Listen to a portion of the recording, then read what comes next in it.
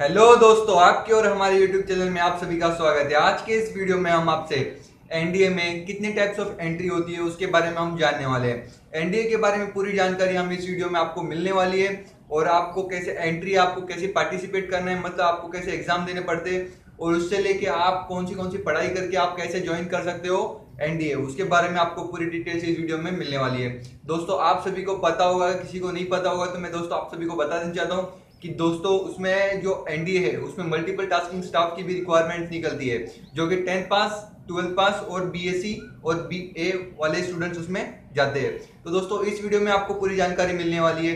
12th में कैसे आप जा सकते, 12th के एग्जाम देने के बाद आप कैसे जो जा सकते हैं एनडीए के एग्जाम क्लियर करने, यूपीएससी के एग्जाम कैसे दे सकते हैं, 10th के बाद कैसे दे सकते हैं आप यूपीएससी के एग्जाम, पूरी जानकारी आपको इस वीडियो में मिलने वाली है। चलो दोस्तों स्टार्ट करते हैं। सी ऑन ऑफ स्क्रीन आप सभी का फिर से स्वागत है हमारे चैनल में। अभी आपको एक चार्ट डिस्प्ले हो रहा होगा, उसमें आपको ब्रांच, क्वालिफिकेशन और एज लिमिट आपको दिख रही होगी। अगर आप एनडीए ज्वाइन करना चाहते हो तो आप 10th के आपने एग्ज़ाम दिए है, या आप अगर 11th में हो या आप 12th में हो, 12th के एग्ज़ाम आपने दे दिए, तो ये जो चार्ट है आपको बहुत हेल्प करेगा। तो दोस्तों अगर आप डिफेंस में जाना चाहते हो, air force, army, navy, naval academy और multiple tasking staff NDA join करना चाहते हो सिर्फ, तो मैं आपको पूरा एनडीए का पूरा बता देता हूँ। तो एयरफोर्स ज्वाइन करने के लिए आपको पीसीएम कंपलसरी सब्जेक्ट होना ज़रूरी है। आप जैसे 10th में आप पास आउट कर लिए हो, तो अभी आप 11th में हो, तो 11th में आपने पीसीएम सब्जेक्ट लिया है तो आप एयरफोर्स के फॉर्म भर सकते हो 10th में ही। 10th के जैसे पास आउट करने के बाद 11th में आप रेगुलर पढ़ाई करते करते फॉर्म भर सकते हो इसका। आपकी एज लिमिट इसके लिए 16.5 से लेकर 19.5 साल के बीच में होनी चाहिए। और नेवी के लिए भी कंपलसरी सब्जेक्ट है PCM, means physics, chemistry, maths होना ज़रूरी है अगर आप नेवी का एग्ज़ाम देना चाहते हो। तो इसके लिए भी एज लिमिट है 16.5 से लेकर 19 साल। अगर आप आर्मी का एग्ज़ाम देना चाहते हो, आपने 10th पास कर ली है, तो आप 10th पास और 11th में अभी आप पढ़ रहे हो, तो 11th में पढ़ते पढ़ते आप एनडीए का एग्ज़ाम दे दो जो कि आर्मी का है।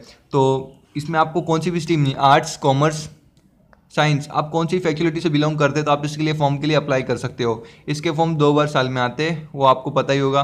तो इसकी एज लिमिट है 16.5 से लेके 19.5 साल।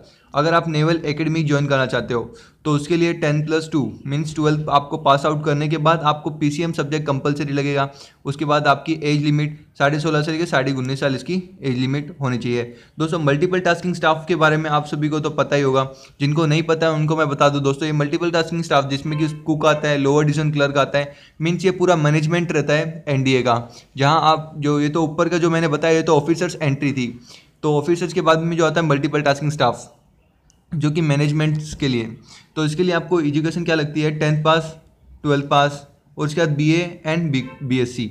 अगर आपने ये पास आउट कर ली हो तो आप इसके लिए फॉर्म भर सकते हो। इसकी एज लिमिट होती है 18 से लेकर 27 ईयर्स के बीच। तो दोस्तों मैं आपको मल्टीपल टास्किंग स्टाफ के बारे में पूरी अच्छी जानकारी देता हूँ।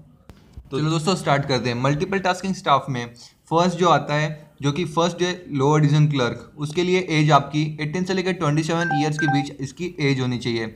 उसके बाद इसकी क्वालिफिकेशन क्या लगती है, क्वालिफिकेशन इसका पास क्लियर करने के लिए आपको 12th पास और आपकी टाइपिंग स्पीड 15 वर्ड WPS की स्पीड आपकी होनी चाहिए, और इंग्लिश और हिंदी में दोनों में।